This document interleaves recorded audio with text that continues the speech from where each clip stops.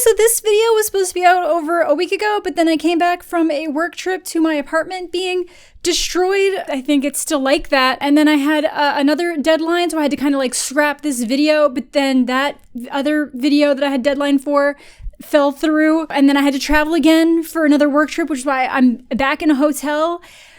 I'm just panicked and I don't know where this is. We're back here. We're doing this one. I'm so tired. Also, no specific sponsor today. This video is brought to you by my lovely and patient Patreon supporters. Thank you so much.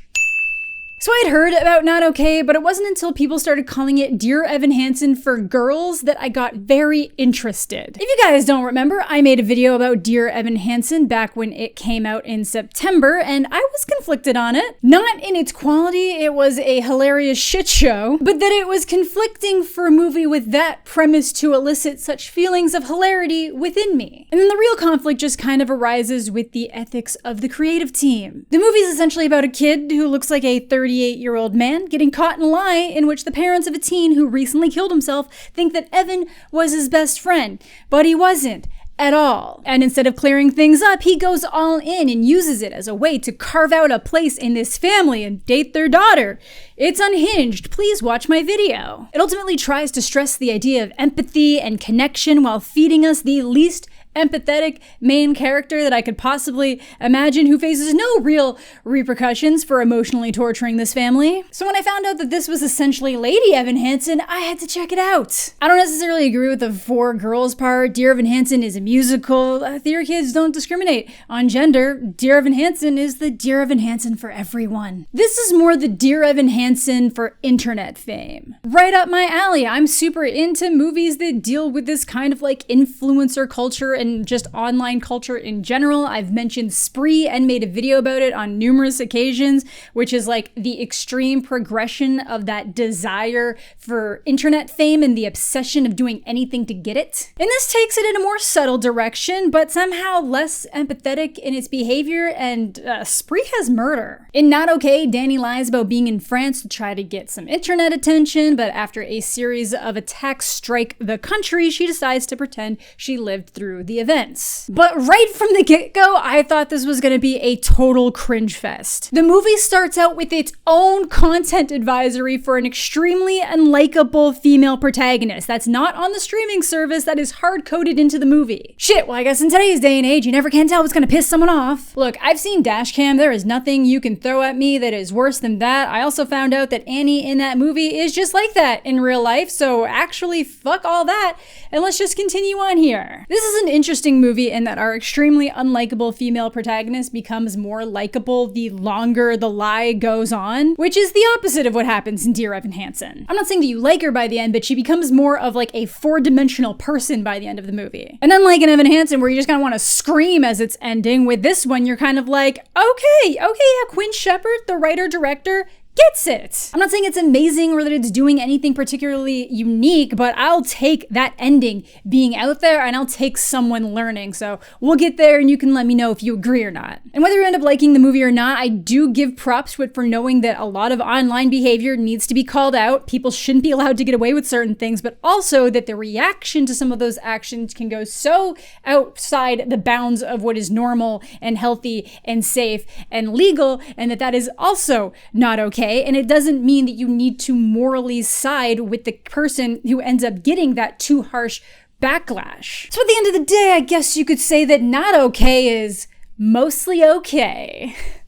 I'll stop. So let's hop into the movie and find out why Danny is so goddamn unlikable before she even spreads a massive lie. So this is Danny Sanders with two N's. And our movie starts off with a monologue of what she wanted: to be famous, to be known, to be relevant. All while we're watching a montage of her being called out and shamed online to various degrees of vitriol. Ending off with, be careful what you fucking wish for. I don't know, maybe it's more like be careful what you lie about to get famous? So at this point I was really gearing up for this movie to be tone deaf, shitty, a real misunderstanding of online culture, or at least playing into this type of person in a way that wasn't helpful, because these people are everywhere. And I say that knowing that what I do as a job means that I also like a degree of online attention. I love talking about movies, but I love entertaining people, and to entertain, there has to be people watching, so like, I get that side of it. But even in her most out-of-touch Scott's Tots levels of uncomfortable, this movie knows what it's doing with her, which was surprising, and I appreciate it, and it is the main thing that stops this from being like a lady Dear Evan Hansen. Where in that, the narrative is trying to push us to being empathetic towards him and feeling sorry for him, and not be horrified like I was. In this, it knows what Danny is. In the end, I don't even think it wants us to sympathize with her. It's just showing the different ways one can deal with conflict and how sometimes you just have to accept the bed you've made. But it cuts back to how it all started. She's living in Brooklyn, she's from a well-off family, she's working for an online publication called Depravity, no subtlety there, as what you think is a writer, but no, she's just the very behind schedule photo editor, and this is just her aspiring pitch. And that pitch article is titled, Why Am I So Sad? Which honestly would probably do great in the modern age, but I guess this has more to do with her reasons for being sad. And this one really stuck with me. Okay. Missing 9/11. It was the single most formative trauma experience for Zillennials. And then complains how she didn't get to share that bond of trauma with her peers. Man, I can only imagine what she thought when she saw Euphoria for the first time and it opens with Rue being born on 9/11. It is kind of sad that there's a lot of people like this out there though. People that genuinely feel like they've missed or are missing out on something for not having a direct or genuine connection to a traumatic event, or just so desperately want to be marginalized so that they can get those perceived benefits. So her boss rightfully points out that this is very tone deaf. Can't tone deaf be like a brand though? Isn't that what Lena Dunham does? You don't want to be like Lena Dunham. Well, at least we're on the same page there. I will give her the props for going for what she actually wants in life, but I don't know why she isn't just trying to pursue this herself online. Just like,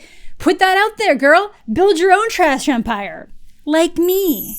A lot of people at this place seem pretty insufferable though, like Harper here. I used to dress like this though, with the little vests. I should have been slapped. I say that while wearing this shirt, which is obviously awesome, but now we get one of the catalysts, Colin, played by Dylan O'Brien, a fucking gem, and the second time that he and Zoe have been in a movie together recently. Even though I swear someone told me it was Haley Lou Richardson in the outfit, and it took me until making this video to realize that it wasn't. How do we have Haley Lou Richardson and Zoey Deutch famous in existence at the same time?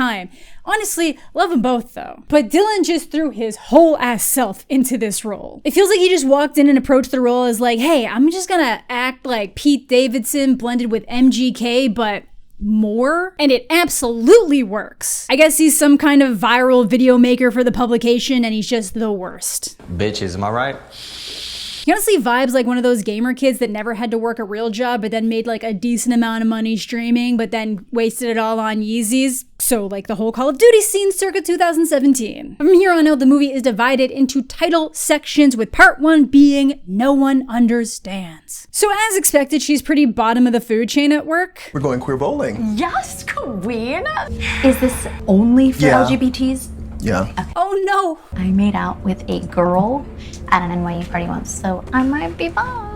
Oh no! Yeah, they just hard committed to this character. It's really just driving home how badly she wants to be special, that she's idealizing trauma and life experiences that she'll never have instead of just being happy with not having to deal with that. And just to be really on the nose with it, Danny is watching Caroline Calloway on the subway. I know the writer and director liked looking at her as a case study because of how much vitriol was spread her way and how she was kind of one of those most pure influencer scammers. I don't mean pure as in good, I mean like a pure example of what this kind of character is. I'm also sure that the demographic for this movie had a field day with that cameo. Either way, she gets home to realize that her community finally set up a decent matcha spot, which is why Colin shows up to do a video there. So she, in an attempt to impress him, hits his wild scorpion joint and ends up lying to him about being invited to a writer's retreat in Paris, which seems to impress him. So now she decides she actually has to go to Paris. Except for the fact that she has no money to even pretend she was invited to a writer's retreat. Which brings us to part 2, the lie. So essentially she kind of pulls an Emily in Paris. without the Paris. After chilling with her guinea pig, Guinea Weasley, a phenomenal name for sure, she realizes that she can just pretend to go to Paris by editing pictures of herself into locations and landmarks. The catfish way. So she calls off work, makes a fake website, starts telling everyone, including the family, that she's been invited to a writer's retreat that doesn't exist, and then she pumps out the fake Insta posts, which ends up getting her followed by Weed Boy Colin. Jesus Christ, what kind of name is that? And to be honest, she's pretty good at this whole influencer thing. I don't know why she isn't just pulling the shtick in New York. People love that stuff. You could get famous in New York. And it all seems to actually be going amazing until a series of terror attacks hit Paris and everyone starts freaking out, bringing us to part 3. Oh fuck. So much like our pal Evan Hansen, she tries to fess up until Colin messages to check on her, so she commits. Girl, no dick is worth that. And she doesn't lightly commit, she hard commits. She's making posts as if she was right there. She pretends to get off the plane coming back to America. And instead of trying to hide her face to avoid further detection, she actually just steers into it so they can get the perfect picture. Wearing a beret and everything. It's obscene. Also, I've now just realized that her mom is Miss Honey of Matilda fame, aka one of the greatest characters in the history of film. A literal queen. But now, because she's committed to the lie, she needs to make up a story, which brings us to part 4. What I saw that day. So again, she goes extra. Not only does she lie about being in Paris, she lies about seeing the blast. Starts making up an entire course of events in her head, and obviously when she gets back to work, everyone's interested in her. She even manages to leverage it into a writer's position. And then she starts to hallucinate a guy in an oversized coat who looks like the person who was suspected as having planted the bombs. But before she can get super concerned, the picture of her at the airport goes viral. So on top of just writing all of these lies, she starts looking into things that could potentially make her story and experience more believable, so she infiltrates a trauma support to steal their emotions.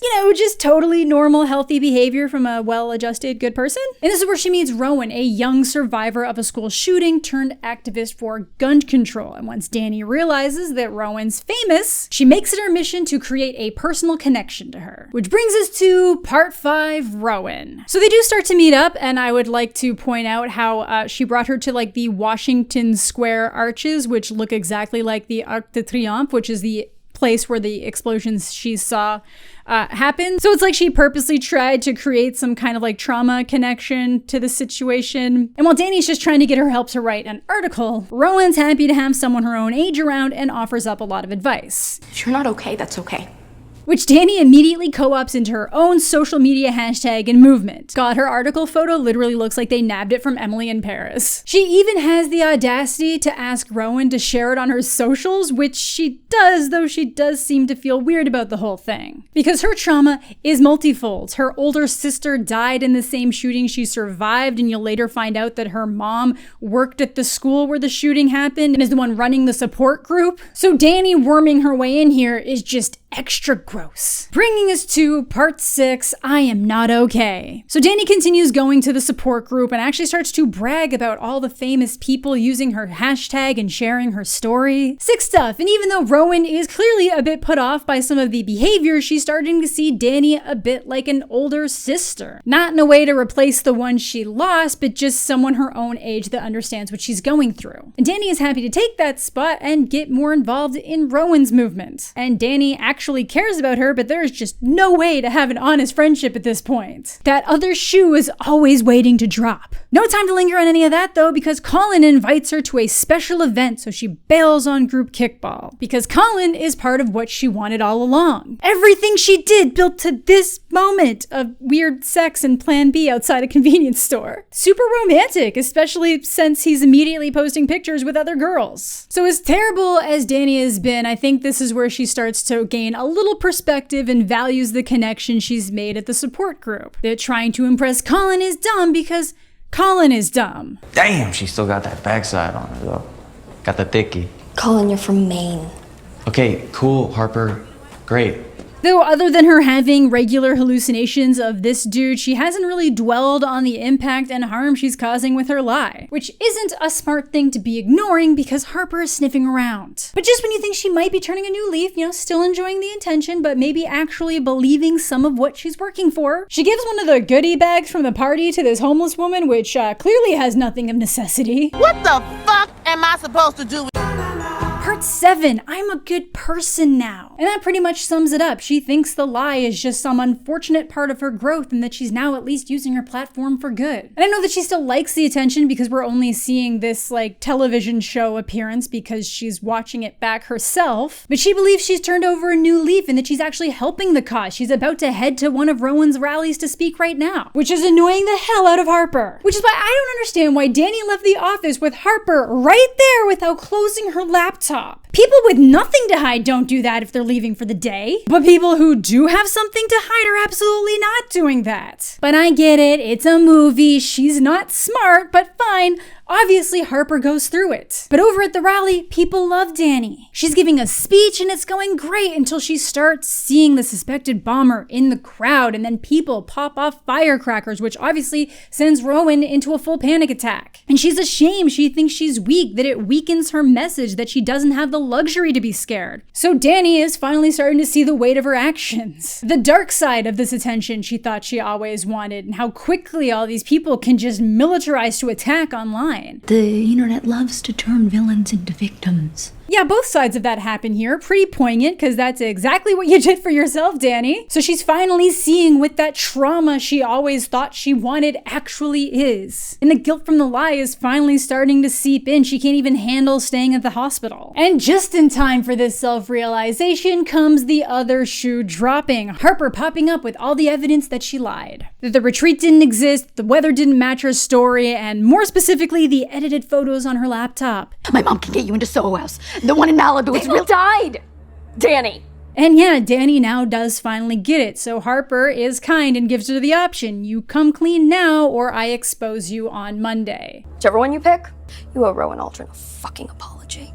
So she goes to message Rowan and can't do it, so she starts writing her apology. And while I do believe she's accepted that she's made a big mistake, she hasn't fully accepted her wrongdoing. This article hits all the influencer apology points, and ultimately doing the I take full responsibility, but here's a list of stupid reasons why I did it. I was under the influence of marijuana at the time that I concocted this idea. No, not the marijuana excuse! That she was lonely and needed to find meaning, that she wanted to impress a boy. And also my depression. Then ended off with the typical, I'm committed to change and I'll do better. Because just as she's about to address Rowan in the article, she decides she can't do it and posts it. And in rolls the hate and Rowan to get answers. And the biggest revelation for me was that Dani actually posted this while she was at work. So the whole office is just talking about how fucked up it is and how much she sucks, and she's just in her glass-walled office. So a huge fight starts. Rowan is absolutely pissed and heartbroken. Dani's desperately trying to maintain this connection with someone she's become very protective of, even though she's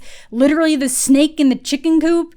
Or whatever. Also, I just need to say that this kid, Mia Isaac, great actress. I think this is only the second movie she's ever been in. She's done so good this whole movie. She really nails these harder emotional parts, so I hope she gets a ton of work after this. And I just love how the whole office is able to look in through these glass walls, how everything is public, how so much of this shit with influencers ends up being. But Dani gets sent home and Colin has no idea what's going on, which is typical, bringing us to part 8, I don't get a redemption arc. So this is the full realization of be careful what you wish for, but again, more like be careful what you wish for when you decide to bank on a major lie to cheat code your way there. And obviously, she deserves the public pushback. She knows that, but just like we also know, it goes into levels that are super unwarranted. Death threats, doxing, literal pictures of her windows so people know exactly what unit to try to hit. A guy who had gone to war grabs her in his story. So she ends up having to move back in with her parents, both in safety and because she was fired, obviously. And her parents are affected by it too. A lot of people think that her parents were in on it, so they start like publicly going after the dad, which is wrong, and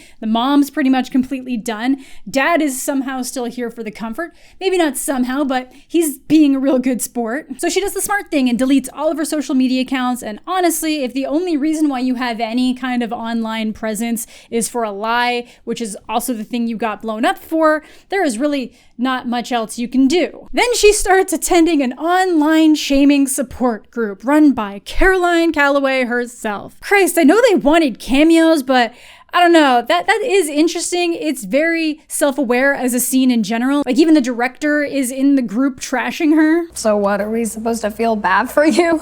Which I do like. This is a whole very interesting new world that we're navigating here. I think having her earlier as someone Danny aspired to be makes a lot of sense, but then kind of bringing her back around without going into more nuance about her might have been a little bit iffy. But the actual ending fixes it for me. And she brings up some good points in the support group, that she doesn't know if she's changed or learned or gotten any better, which I think is actually an important thing to acknowledge, which is when they suggest that she should try directly making amends, not online. Which on the one hand could be good advice, but not quite. Part 9 finale. So Danny heads to Rowan's school talent show in this very pro disguise. Didn't even splurge for the sunglasses. I still have no idea why she hasn't dyed her hair all one color yet, but fine. She's there to apologize and has it all written out on her phone. But as Rowan comes out and does her spoken word piece, which is now a piece all about Danny, she realizes that that apology is only going to be for her own benefit, not Rowan's. Rowan calls Danny out for stealing her advice to use as a hashtag, turning her fear into clickbait, then asking Rowan to give her a platform on stolen words. So maybe one day I'll forgive you,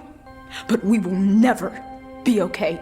And I was really worried that they were going to have Danny jump on stage and do some kind of very public apology a la Dear Evan Hansen, or that she'd try to corner her somewheres to do it directly. But for once, Danny gets it. She just leaves. An apology at this point isn't what Rowan wants or needs, and that she shouldn't demand Rowan's time for a moment to try and absolve herself of guilt and say she tried. Her chance to come clean and be honest and apologize to Rowan ended the second she chose to post that apology without talking to her first. And I really like that. I don't think all people are without redemption. I think most people can change and can come back from a decent amount of things, but your victims never have to forgive you or make time for you again. And that's okay, and you have to accept it. So while this movie isn't groundbreaking and it's definitely trying to play into some of the more trendy aspects of social media and modern society, I do think the ending is handled better than almost anything that has tried to deal with this type of scenario in media before. And for that, I have to commend it. So I think ultimately I ended with like a 3 out of 5 on this. It's not great. I think other movies do a lot of this stuff better or in more interesting and entertaining ways, but I do think that ending